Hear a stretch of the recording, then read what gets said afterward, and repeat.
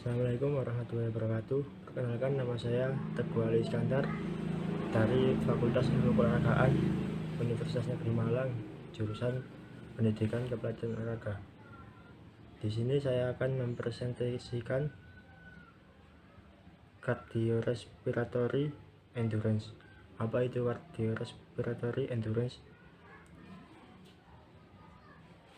Endurance atau daya tahan adalah keadaan atau kondisi tubuh yang mampu untuk bekerja dalam waktu yang lama tanpa mengalami kelelahan yang berlebihan setelah menyelesaikan pekerjaan tersebut dan masih memiliki cadangan tenaga untuk kegiatan rutin sehari-hari. Sedangkan kardiorespiratory adalah gabungan dari kardiovaskular dan respirasi. Kardiovaskular adalah yang berhubungan denyut jantung dan denyut nadi. Denyut jantung adalah jumlah denyutan jantung per satuan waktu. Biasanya per menit denyut jantung didasarkan pada jumlah kontraksi ventrikel atau bilik bawah jantung. Sedangkan denyut nadi adalah denyutan arteri dari gelombang darah yang mengalir melalui pembuluh darah sebagai akibat dari denyutan jantung. Sedangkan respirasi adalah pertukaran oksigen dan karbon dioksida.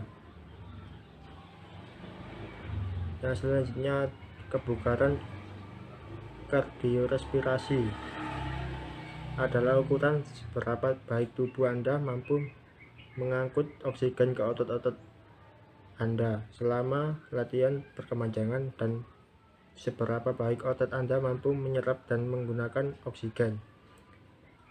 Setelah disampaikan untuk menghasilkan energi ATP melalui respirasi seluler, yang dimaksud dengan cardiorespiratory endurance adalah kemampuan jantung dan kapasitas paru-paru dalam melakukan aktivitas kerja dalam waktu lama tanpa mengalami gangguan yang berarti.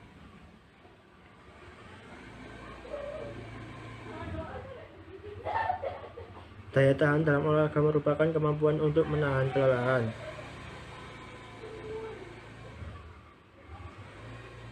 Menurut Harry, kebutuhan akan daya tahan semata-mata tidak hanya pada saat kompetisi berlangsung, akan tetapi diperlukan juga pada saat latihan atau pada aktivitas lainnya. Dengan kata lain, jika seseorang memiliki daya tahan yang prima, akan cepat mengalami pemulihan setelah melakukan kerja yang berat. Yang selanjutnya adalah manfaat dan tujuan. Salah satu fungsi utama jantung adalah sebagai alat transportasi pengangkutan gas oksigen dan karbon dioksida. Dalam fungsinya sebagai pembawa gas, fungsi ini tidak lepas dari fungsi paru-paru, sehingga kedua alat tersebut sulit sekali dipisahkan sebagai kesatuan fungsi yang lebih sering disebut sebagai istilah kardiorespirasi. Akibatnya ialah pada waktu aktivitas tidak mungkin salah satu sistem kardiorespirasi meningkat, maka yang lainnya akan meningkat pula. Menurut Berger, ada sejumlah keuntungan penting bagi organ tubuh vital akibat dari latihan yang teratur. 1. Pengaruh latihan terhadap kesehatan umum otot jantung. Yang kedua, pengaruh latihan terhadap isi sedenyut. Yang ketiga, pengaruh latihan terhadap denyut jantung. Yang keempat, pengaruh latihan terhadap tekanan arteri. Yang kelima, pengaruh latihan terhadap pernafasan. Dan yang terakhir, pengaruh latihan terhadap sistem otot. Yang selanjutnya adalah faktor-faktor yang mempengaruhi. 1. Faktor genetik. Daya tahan kardiovaskuler dipengaruhi oleh faktor genetik, yakni sifat-sifat spesifik yang ada dalam tubuh seseorang sejak lahir. Penelitian dari Kanada telah meneliti perbedaan kebugaran aerobik di antara saudara kandung dan kembar identik, dan mendapati bahwa perbedaan lebih besar pada saudara kandung daripada kembar identik. Demikian pula pengaruh keturunan terhadap komposisi tubuh, sering dihubungkan dengan tipe tubuh.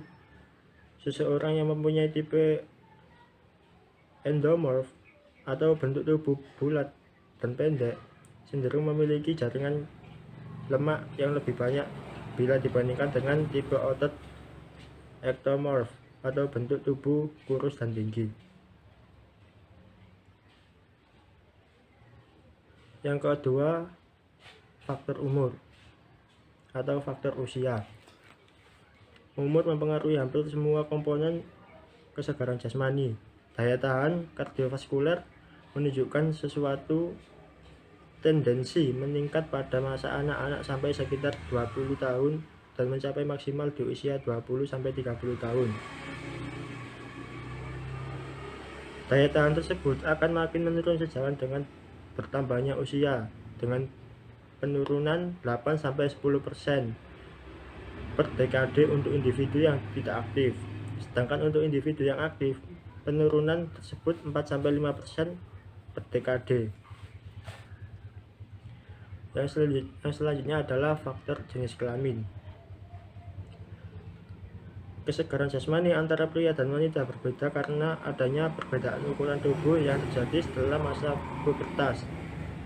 Daya tahan kardiovaskuler pada usia anak-anak antara pria dan wanita tidak jauh berbeda, namun setelah masa pubertas terdapat perbedaan. Rata-rata wanita muda memiliki kebugaran aerobik antara 15-25%, lebih kecil dari pria muda, dan ini tergantung pada tingkat aktivitas mereka.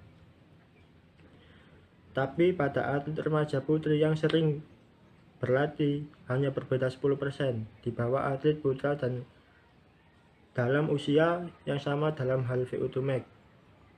Wanita memiliki jaringan lemak 27% dari komposisi tubuhnya, lebih banyak dibanding pria 15% dari komposisi tubuhnya.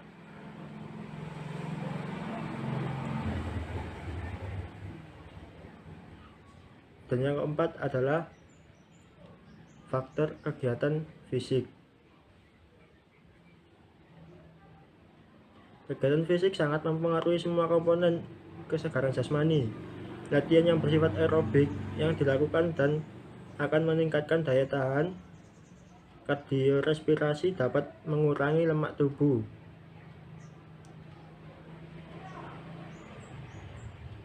Selanjutnya adalah metode latihan. Dalam melatih daya tahan otot, dapat juga dilatih melalui latihan-latihan seperti diungkapkan oleh Harsono.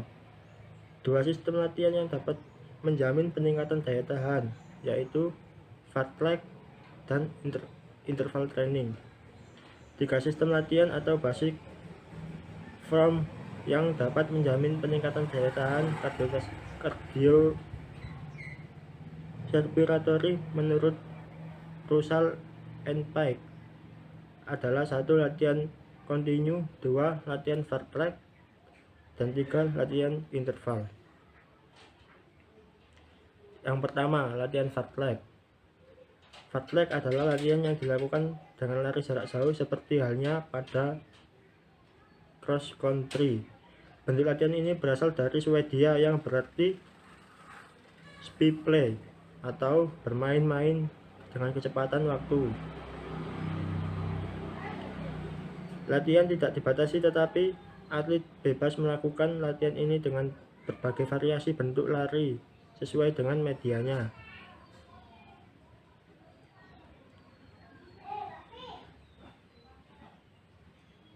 Pemandangan yang indah akan menyebabkan atlet lupa akan kelelahan sehingga dengan bebas melakukan latihannya, coach atau atletnya sendiri dapat menentukan bentuk latihan larinya maupun lamanya latihan. Kecepatan bentuk lari dapat diukur dengan berbagai variasi.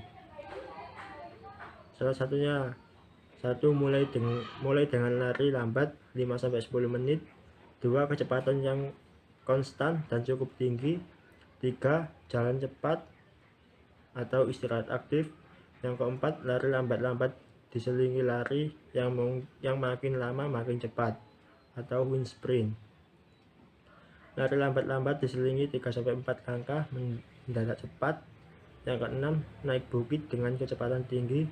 Dan yang terakhir adalah lari dengan tempo yang cepat atau pace selama 1 menit.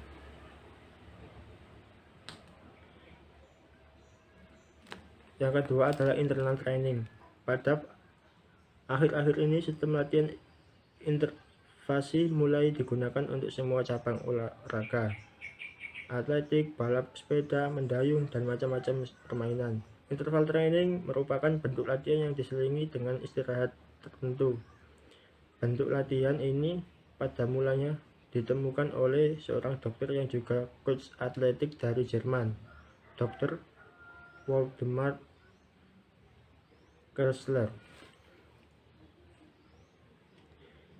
Interval training merupakan penyempurnaan dari fartlek dengan memberikan koreksi secara teliti dalam menentukan jarak istirahat, banyaknya ulangan, dan waktu latihan. Latihan interval juga menggunakan prinsip penambahan beban latihan. Contohnya 1. Jarak lari ditentukan. 2. Ulangan atau repetisi. 3. Waktu untuk menempuh jarak. Yang keempat, waktu istirahat atau recovery interval. Untuk lari pertama latihan boleh digunakan ulangan 2-3 kali terlebih dahulu. Kemudian untuk seterusnya 4 kali ulangan, atlet diharuskan menempuh jarak 400 meter dengan waktu 90 detik. Kemudian jalan selama 120 detik, baru kemudian lari untuk putaran kedua. Istirahat lagi dan seterusnya sampai selesai 4 kali 400 meter lari. Untuk memperberat latihan, di samping pengurangan waktu istirahat dapat pula dengan meningkatkan bentuk istirahat dari jalan cepat atau lari-lari kecil. Cara meningkatkan beban dapat pula dengan memberat salah satu dari faktor-faktor di atas dikombinasi, misalnya 1. Jaraknya yang ditambah, 2. Ulangan yang diperbanyak, yang ketiga waktu yang dipercepat. Demikian dari saya, kurang lebihnya mohon maaf. Assalamualaikum warahmatullahi wabarakatuh.